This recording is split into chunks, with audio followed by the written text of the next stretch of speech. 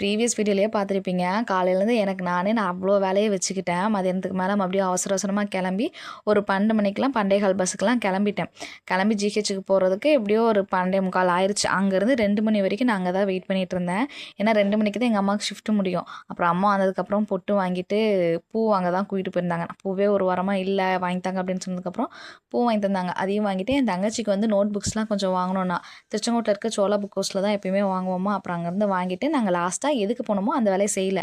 ஏன்னா அந்த பக்கம் அந்த எல்லா கடையுமே பேக் தைக்கிற கடையுமே வந்து க்ளோஸில் தான் இருந்துச்சு.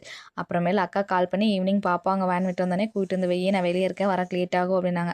அப்புறம் அவங்களே கூப்பிட்டு வந்து விட்டுட்டு அவங்களுக்கு ட்ரெஸ்லாம் மாற்றி விட்டுட்டு சாப்பாடுலாம் கொடுத்துட்டு அப்புறம் நானே என் தங்கச்சி சந்தைக்கு தான் போயிருந்தோம். நீங்கள் சன்செட் பார்க்கணுன்னு நினச்சா எங்கள் ஊருக்கு வாங்க, சன்செட் அவ்வளோ சூப்பராக இருக்கும், அங்கே பார்க்கலாம். அப்புறமேல எங்கள் அம்மா காய் ஒரு 4-5 காய் மட்டும் வாங்கிட்டு வாங்க, வேறு எந்த செலவும் பண்ண வேண்டாம் அப்படின்ட்டாங்க.